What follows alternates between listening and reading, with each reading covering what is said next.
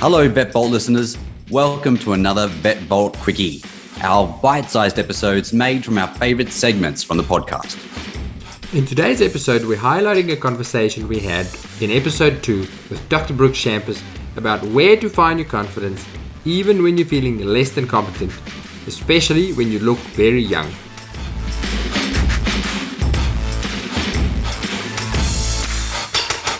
You look super young. You look very, let's say, fresh-faced. That might just be because I'm old.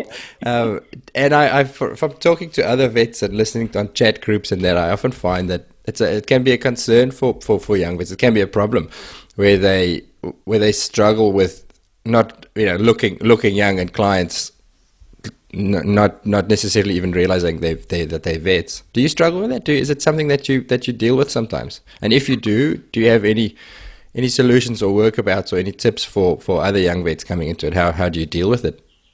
Yeah, definitely. I think, I'm just turning 24 next week. And I think going into a consult room, I don't set myself up for failure. I don't set myself up for people to just look at me and think I'm just a young person.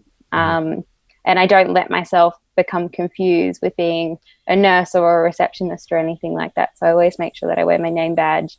I walk in and I introduce myself as Dr. Brooke. And then I usually shake a client's hand and I set that authority in the room straight away.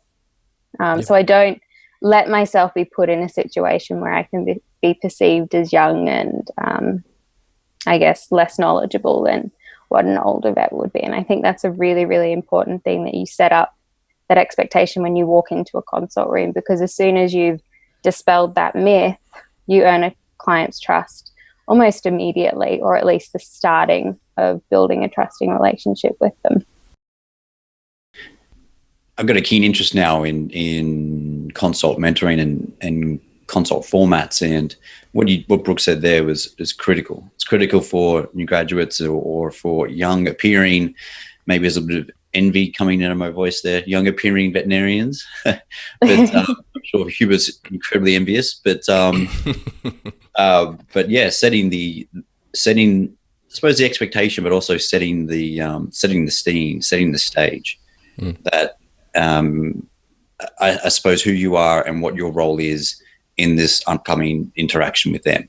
So then, yeah, I suppose I'm going over the same thing that Brooke said, only because that's really critical, and that would be one of the key things that I would think new graduates or vet students would take from this is really got to set that scene, not with an aggressive authority, but it's clear, confident, and just connected sort of interaction, saying, "My name is Gerardo, and I'm your veterinarian tonight." Yeah, and I don't know whether it's an issue as well coming out of university. Maybe when you've just graduated, you don't have that self-confidence yet, even though you've earned the piece of paper that says you're a doctor.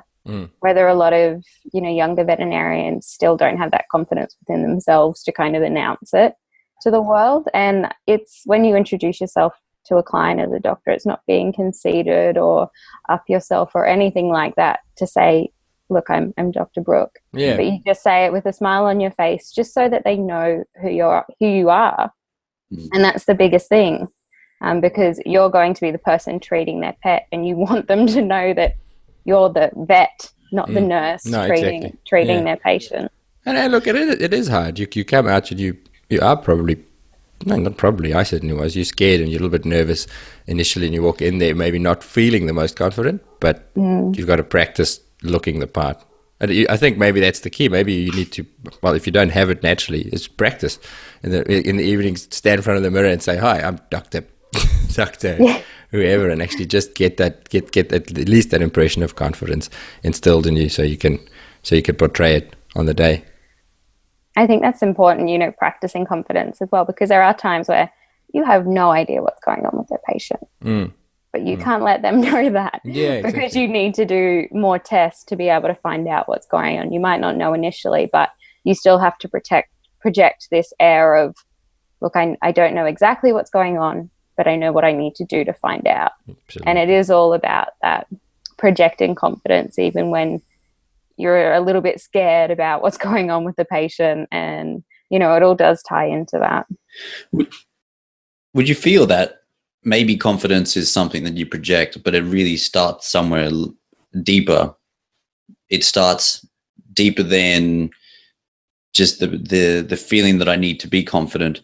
But in order to feel confident, then you either get that through competence, right, where you've done it over and over again. Well, like Hubert said, you practice in the mirror your intro. But maybe it comes from a deeper sort of sense of maybe courage or something like that, where you haven't done this before, but you have this certain level of courage which enables you to go, this is what we need to do. I can step into that room and this is the person I'll need to be. Or, have that courage to be honest and open about the situation with the client so that they can see that you are there to help. I don't know. What's your thoughts on that? I think definitely, when I have a patient that comes in that's really critically ill and I don't know what's going on, but I know it's something bad, I'm very, very honest with the client and I say, look, I'm incredibly worried about your pet.